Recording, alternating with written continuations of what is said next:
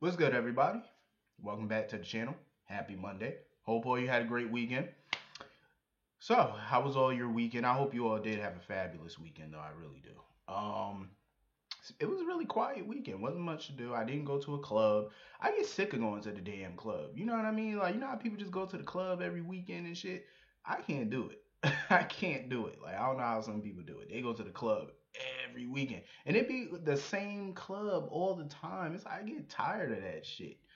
Ain't nobody new in the club. You know what I mean? Like I go to the club here and there. I don't do it every weekend like some people, but I go every other. So yeah, getting into this episode. Oh, if you didn't know, I'm about to tell you. So Rick Hurst, aka Rick Lansing, has booked a gig on the reboot of Dynasty on the CW. So he will be appearing in episode 12 of this current season of the pilot season. He'll be in episode 12. We don't know what character he's playing. I don't know what character he's playing. He wouldn't say. But I'm excited though to see him pop up in Dynasty. You know, I think he's gonna do a great job. I hope they give him a great character. Probably somebody devious more than likely. Rick Hurst plays a good devious character. So anyway, congrats to Rick Hurst. I got to see my boo today, Nora Hannon Gannon Buchanan. If you're thinking Colson, that marriage was annulled, so it does not count. For all of you that don't know, in 2005, Nora did marry DA Daniel Colson. I think he was going for state senator at the time, and his punk ass got arrested for murder. I think he murdered Jen Rappaport. I think it was Jen Rappaport he killed. It was one of them Rappaports he murdered. I think it was Jen. He did murder Jen, I think. I have to look it up, but I'm pretty sure he murdered Jen, I believe. I think. It was one of them he murdered. I can't remember which one did. I don't know. Daniel Colson went to jail for murder. He was messing around with a man. Um, I forgot who he was sleeping with. And Nora found out because Bo busted him at a press conference or something like that. Listen, yeah, I think it's on YouTube. Go look it up on YouTube. But it was a dope clip. Nora was pissed at Bo because she thought he was bullshitting, but I ain't gonna get into all of that right now. But it was I remember that storyline like it was yesterday. It was one of the dopest storylines they did on One Life. Um, so yeah, Alexis went to go see Nora. Is Nora no longer the DA of Landview? Because on her door it said Attorney at Law Nora Buchanan. I'm like, is she no longer District Attorney in Landview? I don't blame her. I don't blame her if she stepped down as DA. Shit, you get more money defending people. Shit, DAs get paid a good salary, but shit, you get millions. Look at Diane. Shit, Diane be defending motherfuckers. She stay billing somebody. Um, but it was good though hearing Nora on the phone with Bo. General Hospital. I know some people don't want to see it, but please bring Bo and Nora on GH permanently, please. If you can't bring no other character from One Life, please give me Bo and Nora, please. I don't know if Robert S. Woods would do it, but it would be cool to see Robert S. Woods. Come on now, bring Bo. Come on, bring Bora back to Port Charles. Let's go. Bring them to Port Charles, please. Or John McBain or Todd or not Natalie. I couldn't stand Natalie, little bitch. Um, Strike that from the record. So anyway, Alexis went to go see Nora because she want um Olivia Jerome to give a statement basically about on Julian's behalf, absolving him of, saying basically that she forced him to work with her. But Nora was like, hell no, you're not about to get my client to basically let the world know that she's competent enough to stand trial. That's the whole reason she got put in an insane asylum, because she was not fit mentally to stand trial. So if she gives a statement, it's basically going to tell the courts that she's mentally fit to stand trial and she will get convicted and go to prison. And as an attorney, Nora was like, no, I'm not going to let that happen to my client. So Alexis was like, well, let me talk to her so we can come to some agreement. And Nora was like, no, not going to happen. Ain't going to do it. So she to basically, try to kick Alexis out, telling her that she came all the way to Landview for no reason. I just want to point this out that Nora's office on General Hospital, her new office or whatever that they gave her to set, actually looks like her old DA office on One Life to Live. It's modern now, obviously, but it looks exactly the same layout as her old office, just a lot more, fixed up and modern looking. But it definitely is reminiscent of her old DA office set. I'm surprised Frank Valentini got the crew to get that shit right, because that looks just like the old set. I said, damn. The only difference is obviously like I said, it's more modern. The door is different because she used to have like a little glass type of door with the things on them. But yeah, it looks the same, just modern. So anyway, you know, Alexis brought up a good point. She was like, Olivia's in an insane asylum. Rudge is obviously no longer in the picture, so who's paying Nora's salary? Because Nora said that she's on retainer to Olivia Jerome. Okay, you're on retainer, but who's paying your fee? Because she was like, Olivia ain't got no money like that, and Julian and Ava not gonna help her, so who's paying you? And I think after Alexis left, Nora made that face like she's starting to think that shit too. Because I think Nora was probably getting checks, but she probably didn't know who was writing those checks or who was giving them to her, sending them to her. So that's another good question. Who is paying you? Because Olivia is in no condition to pay you and write you no check. So who writing you a check? That's a good point. Um, Alexis is not gonna give up. She was like, nope, come hella high water, she gonna fix this. I said, go ahead, Elizabeth. I mean Alexis. Stand by your man. Stand by your man. That reminds me of that Tammy Wynette song. Stand by your man. Yo, go look that shit up. Tammy Wynette, Stand by Your Man. That song used to be the shit. Um, I heard that song probably when I was 10 years old. That's the first time I heard that Tammy Wynette song, and it's an old song too. Um, but it was always a catchy song though. It was always catchy. Um, so anyway, moving on from that shit. I told y'all whenever we get whenever we get Maxie on an episode, we're gonna get Nathan, we're gonna get Amy. We could never get Maxie without Amy or Nathan on an episode. Never. Um, so yeah, Amy and Nathan are at the hospital. I'm not feeling all this time that they spending together. I find it a problem for a married man to be with some single chick all the time. Like he's around her more than he around his damn wife.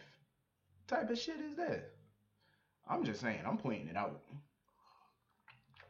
So anyway, they go see Chet. Chet is still giving Amy the cold shoulder. He don't want to be around her. He don't want to see her. I don't get why he's so hostile towards her though. Like, what is his issue really with her? She should. I mean, I don't know.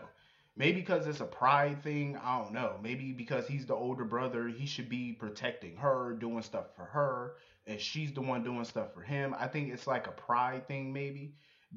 It's mixed in. I feel like with what's going on with him and the war, because it's obvious he has PTSD. But he's acting real cold towards her, and I maybe it's because he doesn't want her to want her to see him like that. Maybe it could be a lot of factors. I'm not gonna say which it is because I'm not in his brain, so I can't really speak for him, obviously. So I'm just guessing. But yeah, so Amy, wanted Nathan to talk to him to maybe, get through to him or whatever. And that really kind of didn't work or whatever, not really, but it got Chet to thinking, I guess. So Amy wanted Chet to when he's discharged to move in with her. And he was like, hell no, I'll figure out something. She was like, I don't give a fuck what you saying. You're moving in with me whether you like it or not. She basically threatened him. She told him if he didn't, basically, I will have you committed to an insane clinic or whatever. Like you will be put in a psychiatric ward, basically. And she does have power of attorney to do that. As a relative, his close relative, she does have the authority to have him committed against his own will. If they don't have any parents around or anything like that, then she's the next of kin, so she has that authority. Um, So, I'm digging this Chet storyline because it's something different. We got a war veteran in there. He's going through PTSD, and I like it. It's something new, it's something different. I haven't seen this before, not on this show, but I'm feeling it. Hopefully they continue it for a while, for a little while, or whatever. To see, I want to see his journey. You know what I'm saying? Because the thing is, I never, we hear about stuff like this, but we don't never see it. You know what I'm saying? I want to see his journey to getting back to happy, getting back to normal. You know what I'm saying? Like, or as normal as life can be for him. I want to see that journey, and I think it'll be a cool journey to see. But Amy don't make it no better because that bitch is annoying. I will say that. I couldn't imagine living with Amy. Like, she is a 24-hour cup of coffee. Like, for real. She always so jolly, and like I love her spirit and stuff like that. How jolly she is and stuff, but it can get annoying after a minute, especially if you're like that all day. It's like, yeah, I need my space real quick. Like, like that shit can get a little frustrating. So anyway, Maxie and Lulu are at the office. Well, Nell is up in there talking about she came to get her last check. I said, Nell, go to hell on somewhere. Maxie pretty much dismissed that bitch. And Lulu come up in there or whatever. Her and Lulu, she gave Lulu some present or whatever that Lulu wanted to get for Laura and Kevin as an engagement present. So now Lulu is talking about she needs fulfillment in her life. I say, here we go.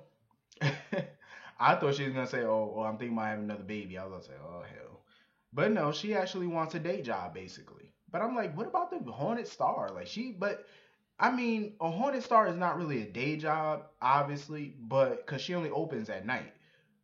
But she was talking to Maxie like she's jobless, like she has nothing to do all day. I'm like, what about the Haunted Star? She hasn't mentioned it in a long time. I'm like, what about the star? That's the whole reason why Lulu left Crimson. Lulu quit Crimson before because she wanted something better to do. She just wanted something of her own. She wanted her own fulfillment, her own happiness. And she talked Nicholas into giving her money to buy the Haunted Star. So here we are years later, a few years later, and now you're still talking about you need fulfillment in your life. I'm like, damn, what else do you want? A pony, a dog? What do you want? So she said that it was always her dream to be like an investigative journalist or something similar to that. And I felt like that was cool. When I heard her say that, I was like, wow. I didn't, because I wouldn't have thought that of Lulu. But at the same time, it makes sense because Lulu is just like Luke. She's an adrenaline junkie. Her, Sam, Jason, Luke, they're all adrenaline junkies. They love the rush of danger. Like, they love that shit. And Lulu is the same type of, she's the same way. She wants something fun and, something to get the heart going. That's how Luke was. Why you think he always played all them dangerous games with Helene all the time? That was like foreplay for him. Um, it was like when Luke and Helena used to go at it. That shit was like some freaky deaky ass foreplay for both of them. She was getting moist because of the little games, whenever she used to tie him up and lock him up in her dungeon. That was some sick shit between the two of them. I said, y'all might as well fucking get it over with. That's how I felt about Luke and Helena. I was like, y'all might as well just do the do and just bust that cherry and get it over with. But I was surprised when Lulu said she wanted to be an investigative journalist. But she was kind of trying to talk herself out of it because she felt like she would be competing against some fresh out of college kids and stuff, hungry and eager. And, she felt like, now that she's a parent and stuff, it would kind of slow her down to, the competitiveness. She wouldn't be as competitive because she got kids at home and a husband. So she couldn't put that many hours into it like she would want to. But my whole thing is, if that's your dream, and I tell people this all the time, like even on all my social medias, I say this all the time. Follow me on my social medias, by the way. Twitter, DavonCT, DAVONCT. Follow me on Snap, Davon_Brock. I mean not Snap, Instagram, Davon_Brock. I tell people this all the time on my social media. Do what you want to do. You know what I mean? If you have a dream, I don't care how stupid your dream is, how stupid you think it is, do it. You know what I'm saying? Do it. Because I feel like if people didn't follow their dream, no matter how nutty they think it is, you would regret it. 10 years down the line, 20 years down the line, you will regret not doing it. You know what I'm saying? Like you sit there and say, oh, I wanted to be a fashion designer, but you never did. Or I wanted to be a model, but you never did it. You wouldn't have known if you would have succeeded if you did not try, If you try, you have to try. because I can respect a person trying. You know what I'm saying? I can respect that. Even if you fail, so what? At least you can say you tried. And you fulfilled it. You tried. That's the best anybody can do is try. You know what I'm saying? I respect the person that's trying. I respect you more. You know what I'm saying? Because you had the balls to go out and try and do what you want to do. You know what I'm saying? Do what you really love. I tell people that all the time. Go with your gut, follow your dream. Don't let nobody tell you that you can't do something because you can. If you want to be an astronaut, be an astronaut. You know what I mean? Do what you want to do because you'll regret it if you don't. So anyway, yeah, like I said, I'm happy for Lulu. If that's what she want to do, by all means. Um Nell, I really wish this heifer would fly in her broom and just sail the fuck away. But I will say this: Chloe Lanier, she is playing the shit out of Nell. I'm gonna tell you that right now. She is doing an awesome job because if I dislike Nell, obviously Chloe is doing a good job at playing Nell. If I dislike the character, because I mean, I'm. Oh my god. At this point, Nell might as well just go full blown evil. I would love it more if she just became full blown evil. Because at this point, she's just bordering on that. So you might as well just go ahead and be evil. Be a villain. We need a new villain. Just go ahead and do it. It's obvious that's what she wants to be. So be it. Michael is a fucking sap. I swear. What is wrong with this boy?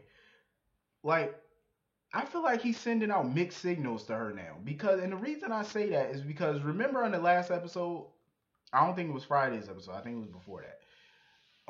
Last week, she bumped into him at the Metro Court. And you remember he was all, sorrow and all mopey about Jason's situation. And she wanted to talk to him about it. He basically told her, we're not together no more. I don't want to confide in you. Get away from me. It's basically what he said to her. But today, when she's the one in a mood, now he wants to invite her to his table for a drink and to tell her, tell him her problems. I said, Michael, you are sending this girl mixed signals and you're giving her an in, is what you're doing. You were doing a good job last week when you were pushing her away. Now you just basically let her sink right back on in there. You know, Slowly but surely, she's sinking herself right back into your life because you're allowing it. You're letting your guard down again, like a fool. Stop giving this girl mixed signals. If she comes in with an attitude and she's having a bad day, let her have one. Don't say nothing to her. Let her walk away. You just invited evil back into your life. Stupid. And she sat right there again, and lied to his face again. She told him she got fired from Crimson because of Maxie. Yo, I had to bust out and laugh. I said, bitch, Maxie ain't had nothing to do with you getting fired. Your lying and manipulations got your dumb ass fired. That's what you got fired for. Come on now. Shame the devil and tell the truth. You got fired because of your shit. And she didn't want to tell Michael that. And she just, oh my God, she was laying it on thick. And then she told me, oh, my rent check gonna have to be late. I said, Michael, she trying to get you to cut a check. That's all she trying to get you to do. She trying to get you to pay her bills. Don't do it, Michael. Michael talking about, oh, pay the rent when you can. I said, what kind of landlord are you? First of all, that's not the real world. If you're late on rent, I don't care if you friends with the landlord. You late on rent, your ass is bounced. Ain't nobody playing about their money. What's wrong with you? If I was a landlord, bitch, you ain't getting no extension from me. I might do it one time. I might give you an extension once. But if you come back the next month and the month after that, oh, I'm late. Well, bitch, you about to be late on your way to the curve. Because that's what you going to be. I don't play about money. Don't fuck with me and my checks. We ain't going to play that game. But Michael sitting there telling her, oh, stand up and, take charge or whatever. Go back to Maxie and fight for what you want. I said, Michael, shut up. Don't give her that stupid ass advice. Because she just sat there and played you again. She lied to your face trying to make you think Maxie was the reason she got fired. Maxie ain't have shit to do with you getting fired. Your lies and manipulations got your ass fired. So, back at Crimson, Maxie's there with Nathan.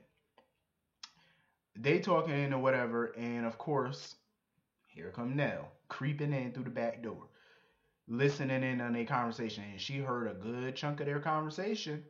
They just let the cat out the bag that Nathan is not the one really writing Manlanders, and Amy is, and Nina knew.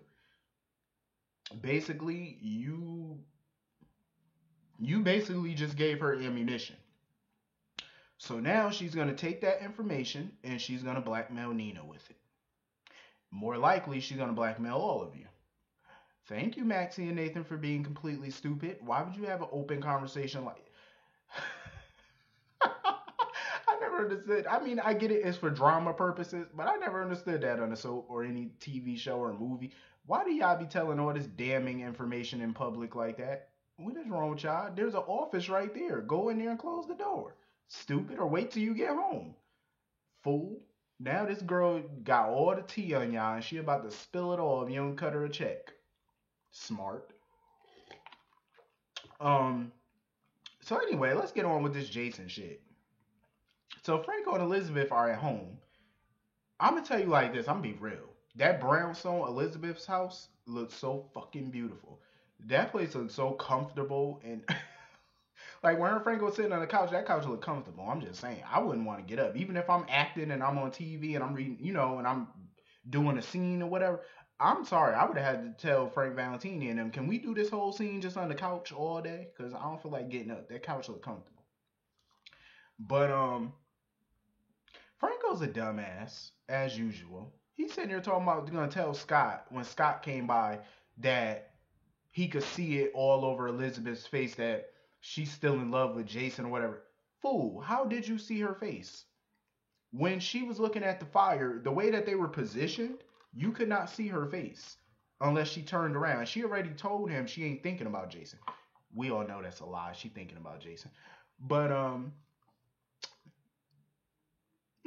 Franco gonna sit there and keep lying to protect his little stupid ass relationship, which shouldn't even be a relationship, but we all know Elizabeth ain't got common sense to dump this fool. So anyway, everybody at the penthouse getting the information. So BM Jason talking about, oh, I guess we're twins then, and you're Drew. I said, BM Jason, shut up. You're the Drew. Now shut up. And it was so funny because Sonny and Carly chime in, talking about something. Oh, wait a minute. We didn't know that there was twins. Why didn't anybody tell us there was twins? I said, first of all, bitch, sit down. Ain't nobody got to tell you and Sonny nothing. Did you tell S. Jason how you murdered his brother? Did you tell him about AJ? So until you tell him about that, they ain't gotta tell you shit. And when y'all do, and when the truth do come out, hopefully, I would love to be a fly on the wall in that room. Hopefully. I'm gonna sit their ass up. Oh, why didn't anybody tell us about the twin situation? Carly, Sonny, the world does not revolve around you. People ain't gotta tell you shit. Is Sam supposed to tell you every time she has to take a shit? Do you want to know that? Do you want to know every time Jason pisses and what color the piss was? Oh, today it was mustard yellow. Do you want to know that information? Like, do you want to know everything? I'm just saying, mind your business. They ain't got to tell you everything. You don't tell them everything, first of all. Carly and Sonny irk my nerves sometimes. They do, like, they get on my nerves sometimes. Sit your ass down and listen to the story and shut up. Anybody got to tell you nothing? Or why you ain't tell me? Mother, shut up. Anybody got to tell you shit? Hell, y'all think y'all are? Like you somebody mama and daddy. What's wrong with them? They act like they own people. Like, I swear, yo, that's how Carly, especially Carly. Carly be acting like that more than Sonny. Like she act like she own people, especially Jason. Like she act like she own Jason. God, damn leeches. So anyway, they head over to Franco and Elizabeth because they know Franco lying, and they know he know more than what he's saying. So Franco talking about now he exposes Dr. Maddox. He told them that Dr. Maddox gave him, excuse me, he told them that Dr. Maddox gave him the death certificate on Drew. And Jordan was shocked. They all were. They was like, Dr. Maddox, what fucking role did he play in all of this? So now she want to put an APP out on him. Franco was like, shit, good luck with that. That motherfucker probably long gone by now. I said, right? So, that's all he told him. He ain't tell them nothing about the document that Andre gave him. still lying just to protect his little dumbass relationship. And when both Jasons and Sam went outside or whatever and they left, even S. Jason was like, I don't believe him. He was like, he lying. And when he told Sam, he was like, you know how Franco is. He's a manipulator. Here go BM Jason. Don't talk to my wife like that. I said, here you go with this hostility. Like, why don't you calm your ass down? The way I see it, y'all both on the same page at this point. Y'all both want the same answers. So why don't y'all just work together? Like, why are you so hostile all the time towards this man? I get it. You think he's an imposter, but why do you have to be so hostile? It makes you look like the imposter because you're so damn hostile. Speaking of hostile, did you see how calm? Did you see how calm BM Jason was when he was talking to Franco in the brownstone in the house in Elizabeth's house? He was so calm when he was talking to her. S. Jason, Steve Burton Jason, was looking at Franco with darts, with red in his eyes. You see how hostile his face looked when he looked at Franco? You could see the tension on his face. He wanted to bust his ass right there. Only reason he didn't do it because Jordan was there. That's the only reason he didn't whoop his ass. And Franco knew it. Franco knew it. He barely wanted to make eye contact with S. Jason. I said, yeah, boy, you better be scared. See, that's what I'm talking about.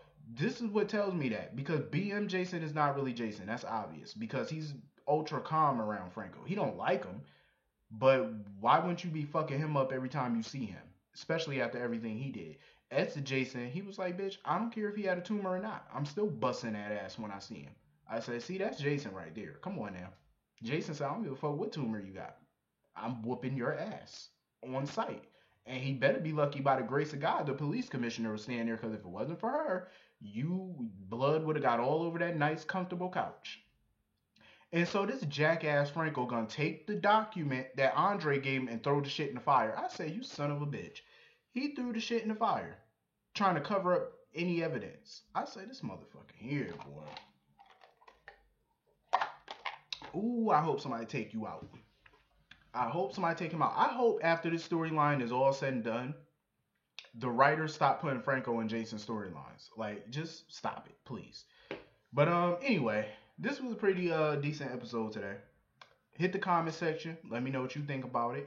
And I'll see you all later. Peace.